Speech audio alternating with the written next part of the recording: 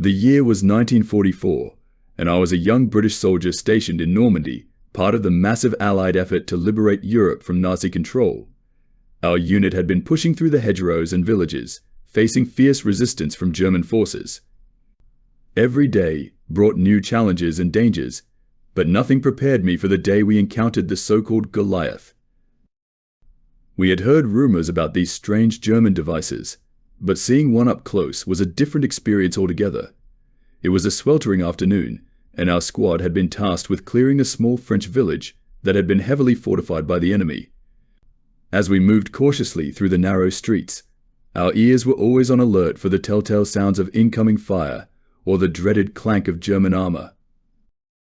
Suddenly, we heard a peculiar whirring noise coming from around the corner of a half-ruined house.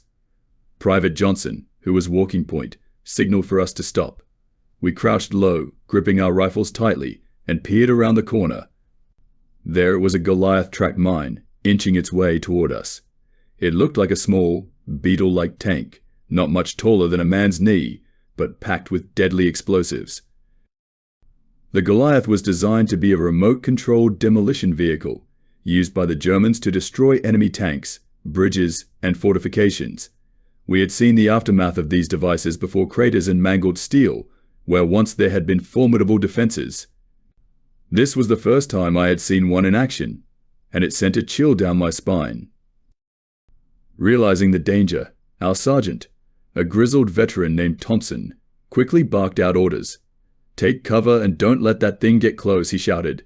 We scattered, diving behind walls and into ditches, anything that could provide some protection from the impending explosion. I found myself huddled behind a stone wall, peering over the top to keep an eye on the Goliath.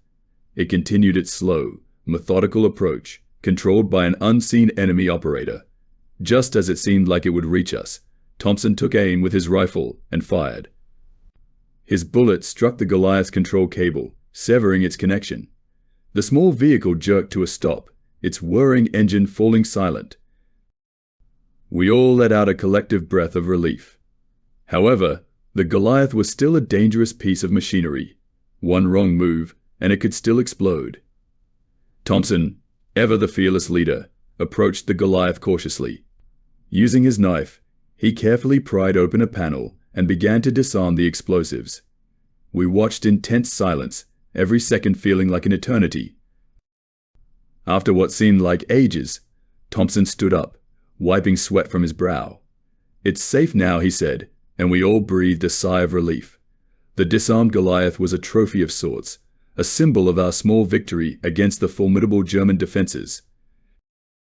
That evening, as we gathered around a small fire, we marveled at the strange device that had nearly taken our lives.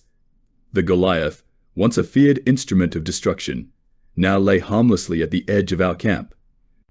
We knew that the road ahead was still fraught with danger, but for that moment we felt a sense of triumph and camaraderie.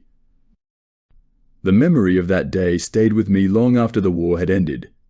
It was a testament to the ingenuity and resilience of soldiers on both sides, and a reminder of the unpredictable nature of warfare. Capturing the Goliath was a small victory in the grand scheme of the war, but for me and my comrades, it was a moment of bravery and quick thinking that we would never forget.